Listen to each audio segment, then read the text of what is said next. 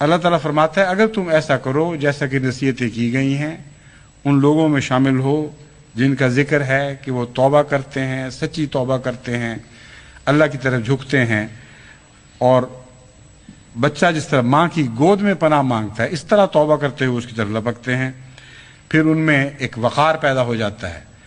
پھر وہ جھوٹ سے نفرت کرنے لگ جاتے ہیں۔ وہ لوگ ہیں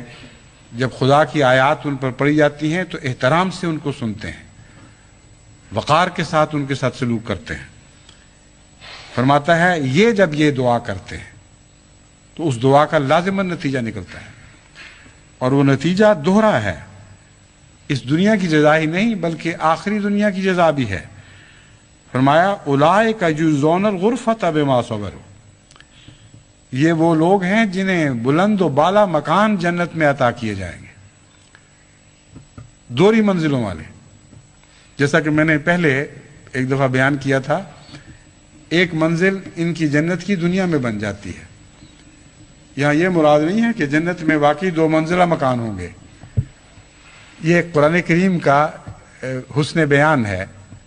یہ بتانے کے لیے کہ ایک گھر خدا کی رضا کا تمہیں پہلے اس دنیا میں مل چکا ہوگا، جنت میں اس سے بھی بالا مکان ملے گا، اس کے اوپر ایک اور منزل تیار ہوگی اللہ کی رضا کی۔ فرمایا یہ وہ لوگ ہیں جن کو دوہرے فائدے ہیں، اس دنیا کی جنت بھی پا جائیں گے اور اس دنیا کی جنت بھی نصیب ہوگی جو اس دنیا کی جنت سے بالا تر ہوگی، بلند تر ہوگی۔ اس دنیا کی جنت سے تو انہوں نے نکالے جانا ہے، ہر انسان نے آخر نکالے جانا ہے۔ اللہ تعالیٰ فرماتا ہے خالدین فیہا حسنت مستقرا و مقاما، وہ ہمیشہ ہمیشہ اس جنت میں رہیں گے۔ حسنت مستقرا و مقاما، مستقر بھی ان کا اچھا اور مقام بھی اچھا۔ اس سے پہلے ایک آیت کا ٹکڑا رہ گیا تھا، اس کا ترجمہ کر دوں پھر میں اس کی طرف آتا ہوں۔ فرماتا ہے اولئک یجزون الغرفۃ بما صبروا، اس لیے کہ انہوں نے صبر کیا ہے۔ یہ جو دوسری بات ہے صبر والی، یہ بھی عائلی زندگی کو بہتر بنانے والوں کو یاد رکھنی چاہیے۔ دعائیں کریں اور کوشش کریں دیانتداری کے ساتھ کہ حالات بہتر ہوں، ایک دوسرے کی کمزوریوں سے درگزر کریں اور معاف کرنے کی آڑ ڈالیں۔ اس کے باوجود پھر بھی صبر کی ضرورت ہوگی، کیونکہ یہ بعض عادتیں انسانوں میں اس حد تک داخل ہو چکی ہوتی ہیں کہ وہ زندگی کا حصہ بن جاتی ہیں۔ بعض مردوں کو بعض عورتوں کی بعض عادتیں پسند نہیں، بعض عورتوں کو بھی بعض مردوں کی عادتیں پسند نہیں ہوتی، اور وہ لوگ جو صبر کرنے والے نہ ہوں وہ ہمیشہ ان عادتوں کو اچھالتے رہتے ہیں اور بار بار تنگ کرتے رہتے ہیں، ایک دوسرے کو تانے دیتے رہتے ہیں، اور وہ چند معمولی عادتیں ہیں جو ان کی زندگی کو کا نمونہ بنا دیتے ہیں۔ ایسی حرکتیں کرنے والے لوگ، ایسے کمینے خیالات والے لوگ جو ایک دوسرے کی معمولی سی کمزوری سے بھی درگزر نہیں کر سکتے، وہ دعا بھی کریں گے تو ان کو فائدہ نہیں دے گی، کیونکہ اللہ تعالیٰ فرماتا ہے ان میں صبر کا مادہ نہیں ہوگا۔ جنت ان کو ملے گی جو ساتھ صبر کی صلاحیت بھی رکھتے ہوں، سب کچھ کرنے کے بعد، کوششوں کے بعد، دعاؤں کے بعد، پھر بھی دیکھیں گے عورتیں دیکھیں گی کہ مردوں کی بعض کمزوریاں بیچاروں کی جو دور نہیں ہو رہی تو وہ صبر کے ساتھ ان سے گزارا کریں گی۔ مرد دیکھیں گے کہ بعض بیویوں کی کمزوریاں جو نہیں دور ہو رہی، بعض ان کے اختیار ہی میں نہیں ہوتی، مثلا شکل صورت ہے،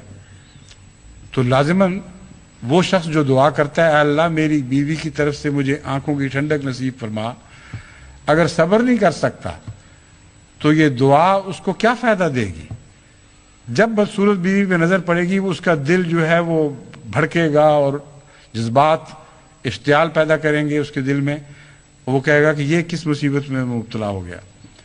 اب شکل تو بیوی نہیں بدل سکتی، عادتیں تو کسی حد تک بدل سکتی،